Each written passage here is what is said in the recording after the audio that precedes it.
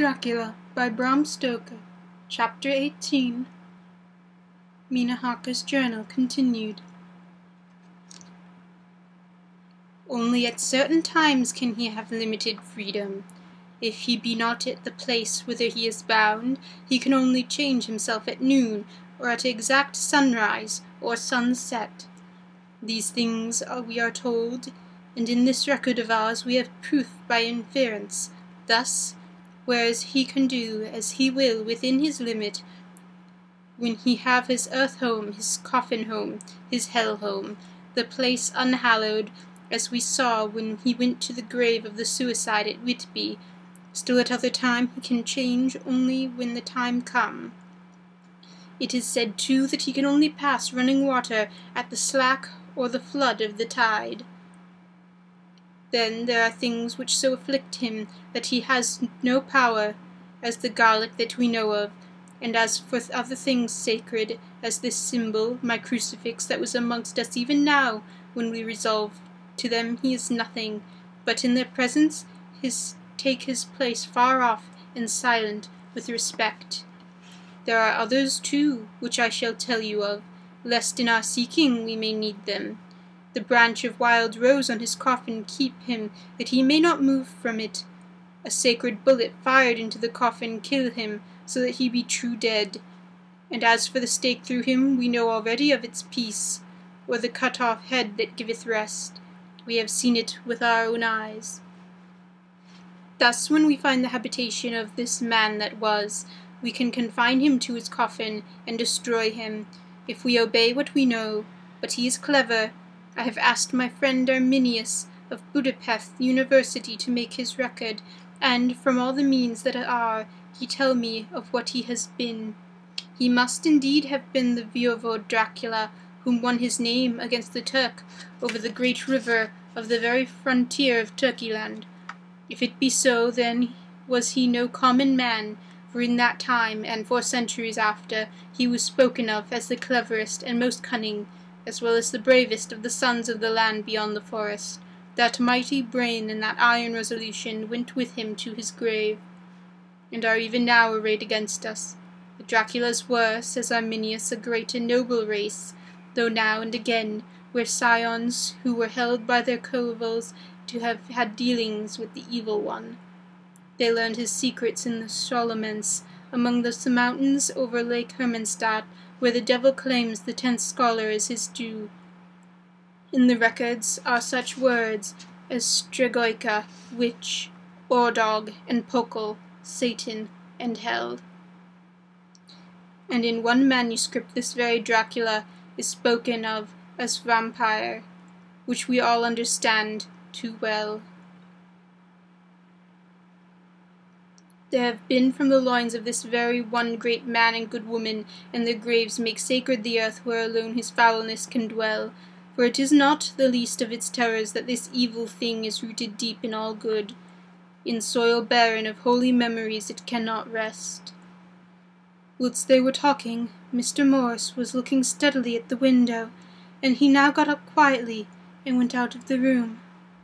There was a little pause, and then the professor went on. And now we must settle what we do.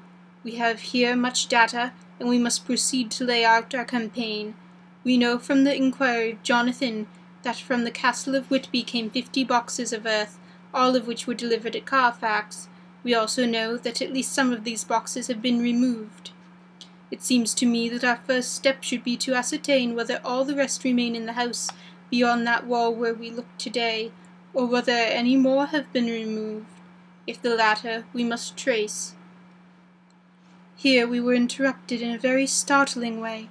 Outside the house came the sound of a pistol shot. The glass of the window was shattered with a bullet, which, ricocheting from the top of the embrasure, struck the far wall of the room. I am afraid I am at heart a coward, for I shrieked out. The men all jumped to their fate. Lord Godalming flew over to the window and threw up the sash. As he did so, we heard Mr. Morris's voice without. "Sorry, I fear I have alarmed you. I shall come in and tell you about it." A minute later he came in and said, "It was an idiotic thing of me to do, and I ask your pardon. Mrs. Harker, most sincerely, I fear I must have frightened you terribly. but the fact is that whilst the Professor was talking, there came a big bat and sat on the window-sill. I've got such a horror of the damned brutes from recent events that I cannot stand them, and I went out to have a shot, as I have been doing of late evenings whenever I have seen one. You used to laugh at me for it then, Dart." "Did you hit it?" asked Dr. Van Helsing. "I don't know. I fancy not, for it flew away into the wood." Without saying any more, he took his seat, and the Professor began to resume his statement. "We must trace each of these boxes. When we are ready, we must either capture or kill this monster in his lair, or we must, so to speak, sterilize the earth so that no more he can seek safety in it. Thus, in the end, we may find him in his form of man between the hours of noon and sunset, and so engage with him when he is at his most weak. And now for you, Madam Mina, this night is the end until all be well. You are too precious to us to have such a risk. When we part tonight, you no more must question. We shall tell you all in good time. We are men and we are able to bear, but you must be our star and our hope, and we shall act all the more free that you are not in danger, such as we are." All the men, even Jonathan, seemed relieved, but it did not seem to me good that they should brave such danger, and perhaps lessen their safety, strength being the best safety, through care of me. But their minds were made up, and though it was a bitter pill for me to swallow, I could say nothing, save to accept their chivalrous care of me. Mr. Morse resumed his discussion. "As there is no time to lose, I vote we have a look at this house right now. Time is everything with him, and swift action on our part may save another victim." I own that my heart began to fail me when the time for action came so close, but I did not say anything, for I had a greater fear that if I appeared as a drag or a hindrance to their work, they might leave me out of their counsels altogether. They have now gone off to Carfax, which means I get into the house. Man-like, they have told me to go to bed and sleep, as if a woman can sleep when those she loves are in danger. I shall lie down and pretend to sleep, lest Jonathan have added anxiety about me when he returns. Dr. Seward's Diary, 1st of October, 4 a.m. Just as we were about to leave the house, an urgent message was brought to me from Renfield to know if I would see him at once, as he had something of the utmost importance to say to me. I told the messenger to say that I would attend to his wishes in the morning. I was very busy at the moment. The attendant added, "He seems very importunate, sir. I've never seen him so eager. I don't know, but what if you don't see him soon, he will have one of his violent fits." I knew the man would not have said this without some cause, so I said, "All right, I'll go now," and asked the others to wait a few minutes for me, as I had to go and see my patient. "Take me with you, friend John," said the Professor. "His case in your diary interested me much, and it had bearing, too, now and again in our case. I should very much like to see him, and especially when his mind is disturbed." "May I come also?" asked Lord Godalming. "Me too," said Quincy Morris. I nodded, and we all went down the passage together. We found him in a state of considerable excitement, but far more rational in his speech and manner than I have ever seen him. There was an unusual understanding of himself, which was unlike anything I have ever met with a lunatic, and he took it for granted that his reasons would prevail with others entirely sane.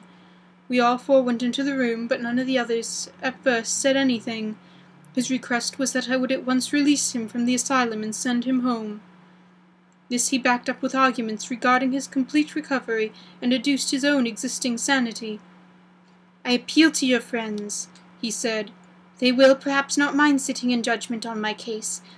By the way, you have not introduced me."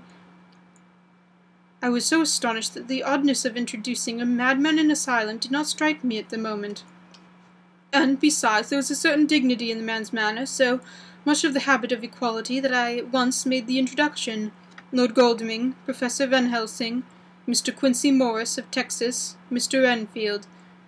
He shook hands with each of them, saying in turn, "Lord Godalming, I had the honour of seconding your father at the Wyndham. I grieve to know by your holding the title that he is no more.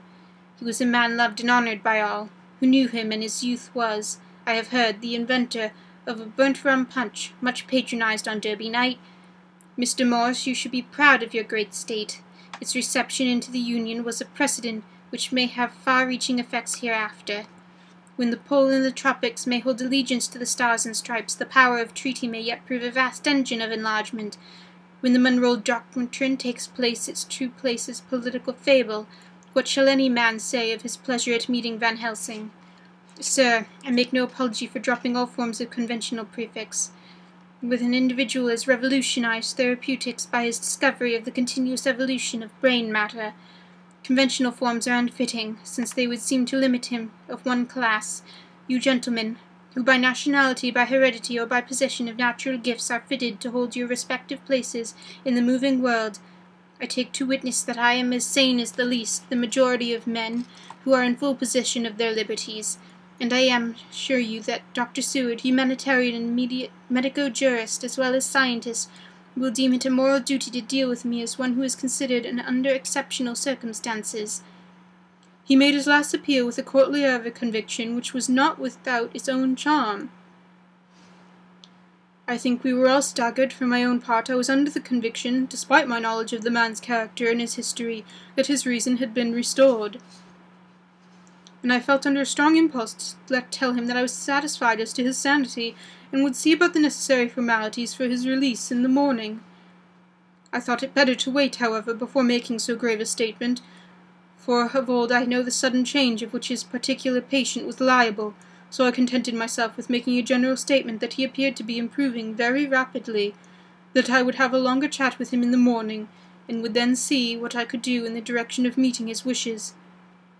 This did not satisfy him, for he said quickly, "But I fear, Dr. Seward, that you hardly apprehend my wish. I desire to go at once, here, now, this very hour, this very moment, if I may."